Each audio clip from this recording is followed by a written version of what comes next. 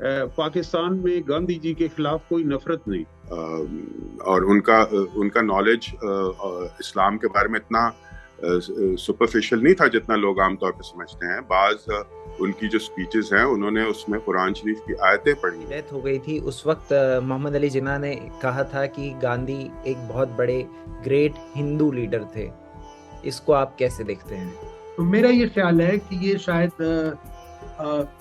ज्यादती होगी कहना कि वो सिर्फ हिंदुओं के लीडर थे और उनके कॉज के लिए लड़ते थे। मैं समझता हूँ वो हिंदुस्तान के लीडर थे। मैं बिल्कुल जिन्ना साहब से इत्तेफाक करता हूँ और मैं एज ए पाकिस्तानी उन्हें सिर्फ गांधी जी को ये नहीं समझता कि वो हिंदू लीडर थे।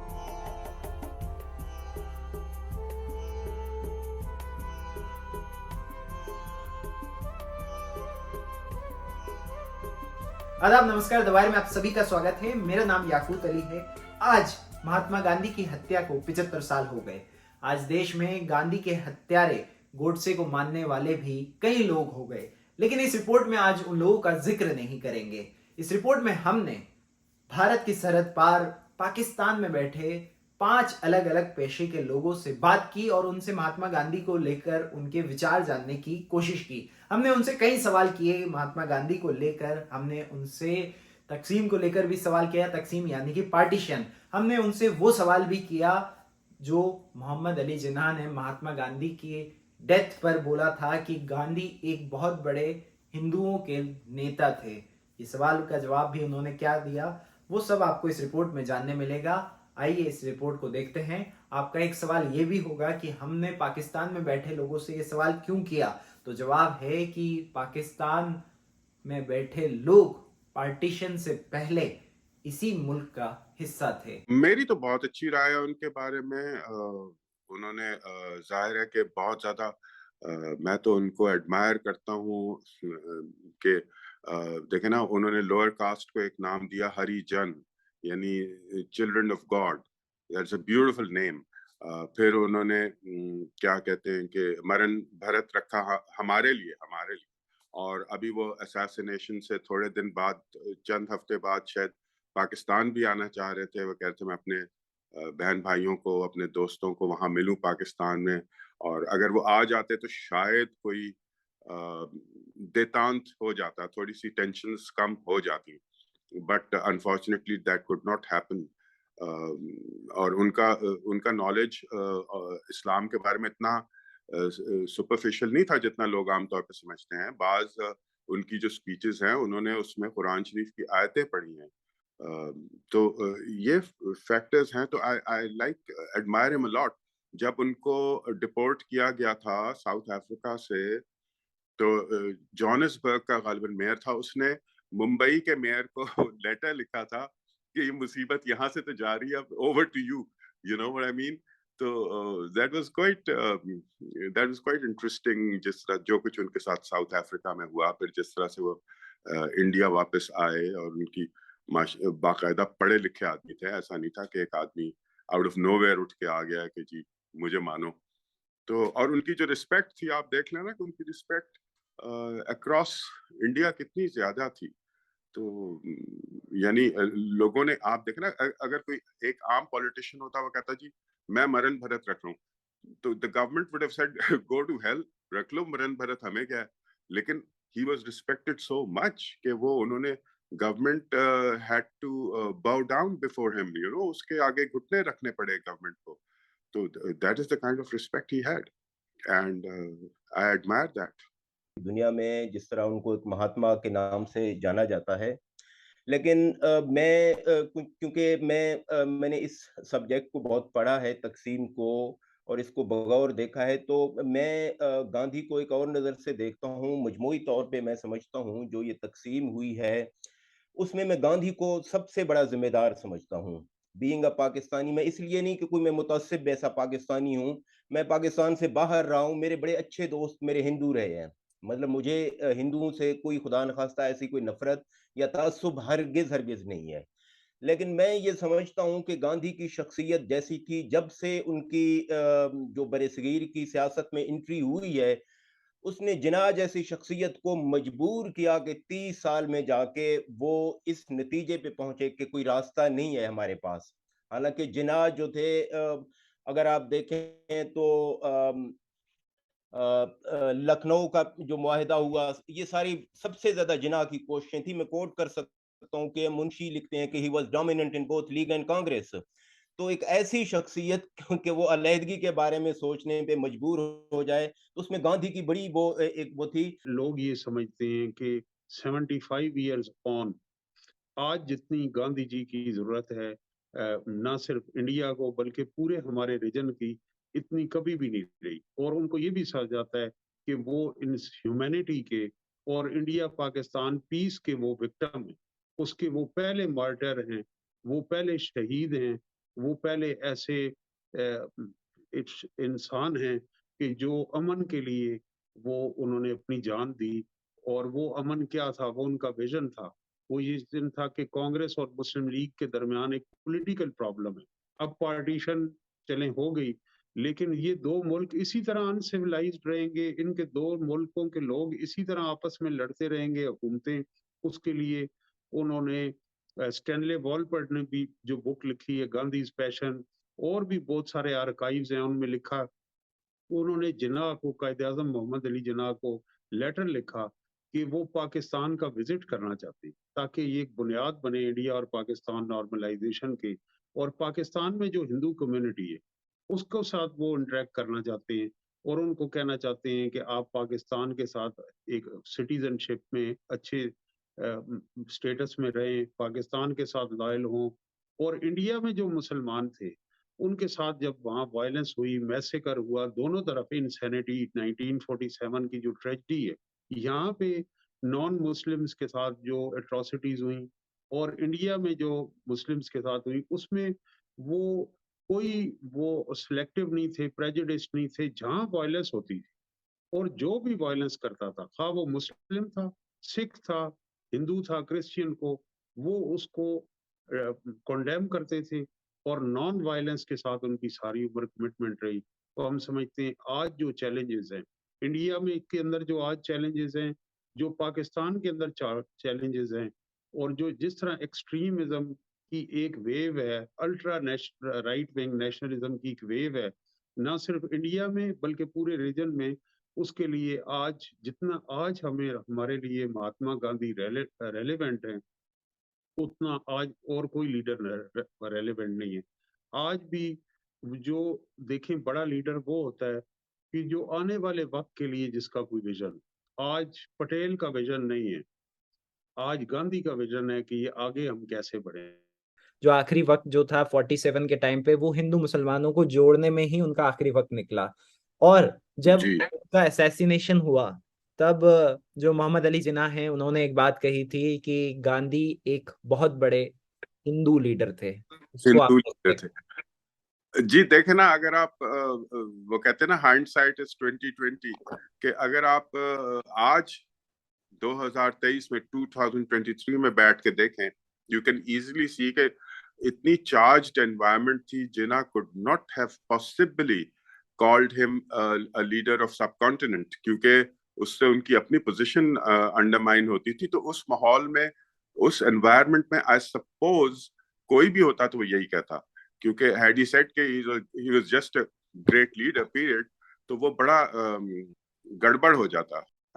देखिए, मैं समझता हूँ, और जहाँ तक मैंने थोड़ा सा गांधी जी को स्टडी किया है, या आप उनकी जो मूवमेंट्स देखते हैं, जब वो साउथ अफ्रीका में गए, तो वहाँ पे जब उन्होंने उन्होंने किसी कौम मजहब के नाम पे नहीं, उन्होंने सिर्फ जो उनका स्ट्रगल था क्लास लेवल पे, जो वहाँ पे डिस्क्रिमिनेशन हो रही थी, जो गोरा काले के साथ कर रहा था। जाहिर है हम सब एक ही रेस के हैं, हम शायद किसी मुख्तलिफ रेस के नहीं हैं। तो उस स्ट्रगल में, साउथ अफ्रीका के स्ट्रगल में, गांधी जी के साथ शुरू में मुसलमान उनके साथ नहीं थे, लेकिन एंड में आपने देखा कि उनके साथ जितने भी मुसलमान वहां थे उस स्ट्रगल में उनके साथ रहे। इसी तरह मैं समझता हूँ कि हिंदुस्तान की जब अंग्रेज से आज़ादी हुई, उस मूवमेंट में भी गांधी जी का अ, कभी भी ये मकसद नहीं था कि वो हिंदुओं के लिए सिर्फ स्ट्रगल करें। वो एक अवामी इंसान थे, तो वो इंसानियत की बात करते थे। तो मेरा ये ख्याल है कि ये शायद ज्यादती होगी कहना कि वो सिर्फ हिंदुओं के लीडर थे और उनके कॉज के लिए लड़ते थे। मैं समझता हूँ वो हिंदुस्तान के लीडर थे। मैं बिल्कुल जिन्ना साहब से इत्तेफाक करता हूँ। मैं समझता हूँ कि वो हिंदुओं के वाकई बड़े लीडर थे। वो मुसलमानों के अगर लीडर होते तो मुसलमान इस नतीजे तक कभी ना पहुंचते। अगर वो मुसलमानों के लीडर होते, अगर वाकई जो वो दावा करते थे कि वो सब पूरे हिंदुस्तान के जितने भी बासी हैं उन सब के लीडर हैं, तो यकीन करें जरूरत ना होती। मतलब जिन्ना जैसी शख्सियत जो हिंदू हिंदू मुस्लिम इत्तेहाद के सफीर थे, जो मैं बता रहा हूं कि मुस्लिम लीग ने 1946 को कैबिनेट मिशन प्लान उसको तस्लीम किया था। वो वापस लेने पे क्यों मजबूर हुए? वो गांधी की वजह से मजबूर हुए। बाकी मैं ये कह रहा हूं कि ये किसी तस्सुब की वजह से नहीं कह रहा। जिन्ना 7 अगस्त को जब हिंदुस्तान से बाहर निकले तो उन्होंने हिंदुस्तान को दुआ दी कि माजी को दफन करते हैं, अल्लाह हिंदुस्तान को तरक्की दे। तो मैं आज भी ये दुआ करता हूं। मतलब गांधी पे तनकीद का मतलब ये हरगिज नहीं है कि मैं हिंदुस्तान के बारे में ऐसी कोई राय रखता हूं। मेरे हिंदुस्तान के बारे में मैं फिर इस बात को रिपीट करता हूं कि मैं पाकिस्तान से बाहर रहा, मेरे जो 2 बड़े अच्छे दोस्त थे वो हिंदू थे, और मैं आज भी, मुझे कोई मसला नहीं है और मेरी दुआ है कि हिंदुस्तान तरक्की करे। लेकिन ये हम अपनी इंडिपेंडेंट राय रखकर, जनाबी तो हिंदुस्तान के लिए विलन है, तो हमें भी ये राय रखने का हक हासिल है। दलील के साथ हम अपनी राय रख सकते हैं। मैं गांधी को सबसे बड़ा जिम्मेदार समझता हूं। मैं समझता हूं गांधी कोई इतने बड़े महात्मा नहीं थे। जो बंदा अपने अदम तशद्दुद को पूरी दुनिया में ब्रांड बनाकर वो पेश करता हो, उसके अदम तशद्दुद की इब्तदा अंग्रेजों के लिए भर्तियां करते हुए शुरू हुई। भर्तियां करते हुए शुरू हुई और उसका एंड जाके हुआ एक नौजायदा पाकिस्तान को, एक कमजोर तरीन पाकिस्तान को अपनी दुआया तकरीब में जंग की धमकी पर। ये गनी खान को उन्होंने कहा है, गनी खान जो बाचा खान के बेटे थे, तो उन्होंने कहा कि आपके अदम तशद्दुद का क्या होगा? कहते हैं कि मैं अदम तशद्दुद पे यकीन रखता हूँ, हुकूमत तो अदम तशद्दुद पे यकीन नहीं रखती।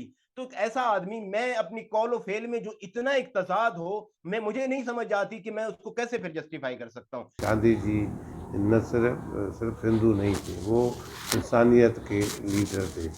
उसका अदम तशद्दुद का जो है उसको बड़ी अच्छी की निगाह से देखा जाता है कि हम तो अभी भी वही चाहते हैं कि दो दो पड़ोसी ममालिक हैं, जो इंडिया और पाकिस्तान, उनके लोगों के दरमियान भाईचारा होना चाहिए, दोस्ती होनी चाहिए, मोहब्बत होनी चाहिए।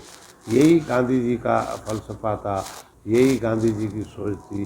जो यहाँ के पाकिस्तान के इंसानियत के पुजारी हैं, जो इंसानियत को अपना सब कुछ समझते हैं, जो ह्यूमन राइट्स के लोग हैं, वो सारे गांधी जी के अदम तशद्दुद के और अमन के लिए जो उनकी कोशिशें, उनको सराहते हैं।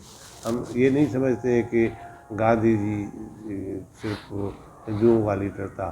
वो मजहबी तौर पे हिंदू थे, हिंदू रहेंगे, ठीक है, हिंदू थे, मगर उसका जो फलसफा था, उसकी जो सोच थी, वो इंसानियत के लिए थी। सवाल ये है कि हिंदुस्तान और जी, पाकिस्तान का जो पार्टीशन हुआ था 47 में, उसका जिम्मेदार लोग महात्मा गांधी को ठहराते हैं। नाथूराम गोडसे ने भी उनको मारने का एक कारण ये दिया था। इसको आप कैसे देखते हैं, वहां पे बैठे हुए लोग? देखिए, मैं बजाते खुद चूंकि गांधी जी पर बोलना तो मैं बहुत एक अदना सा इंसान हूँ, और इतनी बड़ी पर्सनैलिटी पे बात करना और उस पे इजहार राय देना एक बहुत ही मुश्किल काम है। लेकिन मैं, जहाँ तक मैंने थोड़ा बहुत मेरी नॉलेज है, मेरे ख्याल में गांधी जी ने आखिरी वक्त तक कोशिश रखी कि पाकिस्तान हिंदुस्तान तकसीम ना हो। तो ये जो रीजंस लोग बताते हैं, मैं शायद समझता हूँ ये दुरुस्त नहीं है। गांधी जी ने ये कहा कि मजहब के बेसिस पे तकसीम नहीं होनी चाहिए, और उन्होंने कभी भी इस बात को सपोर्ट नहीं किया कि हिंदुस्तान और पाकिस्तान को दो अलग मुल्क होना चाहिए। हाँ, उसमें बहुत सारे हमारे लीडर्स थे, जिसमें मैं नाम नहीं लेना चाहूंगा, लेकिन हमारे लीडर्स थे जो चाहते थे कि मजहबी बुनियादों पर तकसीम हो। तो वो मजहबी बुनियादों पे जो तकसीम हुई, तो हमने देखा कि 1971 में वो मजीद तकसीम, उसी एक ही जो स्कूल ऑफ थॉट मजहब के लोग थे, उन्होंने फिर दोबारा तकसीम दर तकसीम हुई।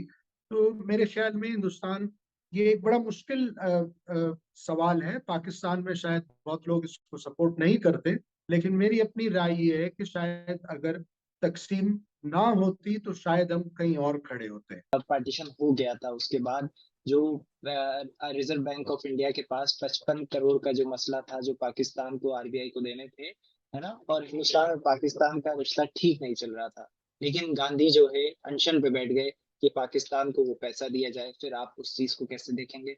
तो मेरा नुक्ता नजर ये है कि नेहरू भी यही चाहते थे कि ये पैसे आप नहीं रोक सकते। इस तरह हिंदुस्तान की बहुत बड़ी बदनामी देखें। गांधी की जो शख्सियत थी, मैं ज्यादा सख्त लफ्ज इस्तेमाल नहीं करना चाह रहा, जब दूसरी जंगे अजीम हुई उन्होंने बाकायदा खत लिखा कि अदम तशद्दुद से लड़ो, अपनी रूहों से लड़ो। वो बंदा 1947 में मिशन विद माउंटबेटन, अब कैमल जॉनसन उठा के देख लें अपनी दुआया तकरीबात में, एक ऐसे पाकिस्तान को, जिस पाकिस्तान के बारे में माउंटबेटन कहता है कि हम एक खैमा गाड़ रहे थे, उस पाकिस्तान को अपने अदम तशद्दुद के बावजूद जंग की धमकी देता है, जो दुनिया के सामने अदम तशद्दुद का महात्मा बनता है। हमें वो एक ऐसे मुल्क जिसके पास कुछ भी नहीं है। तो कहने का मकसद यह है, उसको अपनी इस इमेज, इस परसेप्शन का भी ख्याल था। नेहरू भी यही बात कर रहे थे, आप तारीख उठा के देख लें, माउंटबेटन भी यही बात कर रहे थे। तो इसमें मैं गांधी को खास क्रेडिट नहीं दूंगा। ये चीज एक जब एक मुआहदा हो चुका था, तो जिस तरह इस चीज को उससे महात्मायत बरामद की जाती है, उससे मैं इत्तेफाक नहीं करता। मैं समझता हूँ कि आज गांधी जी जिंदा होते तो वो उनकी सबसे बड़ी मायूसी होती कि इंडिया पाकिस्तान का ट्रेड ही नहीं।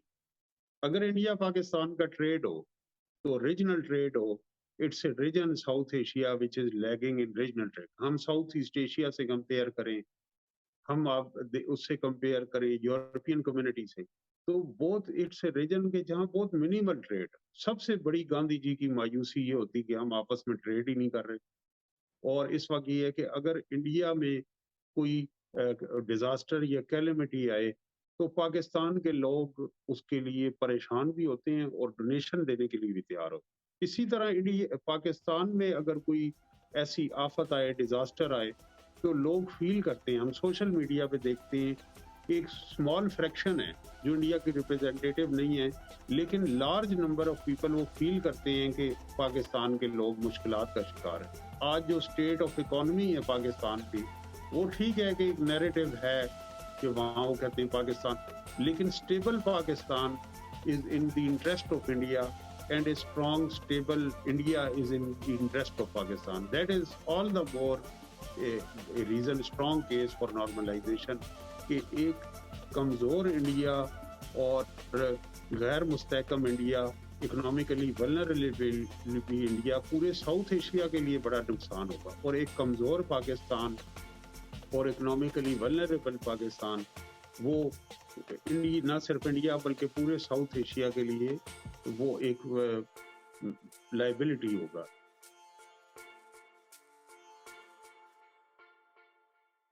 द वायर के और वीडियोस देखने के लिए सब्सक्राइब करें और बेल आइकन पर क्लिक करें। स्वतंत्र पत्रकारिता की आर्थिक मदद करने के लिए डिस्क्रिप्शन में दिए गए लिंक पर जाएं और अपनी राशि चुनें।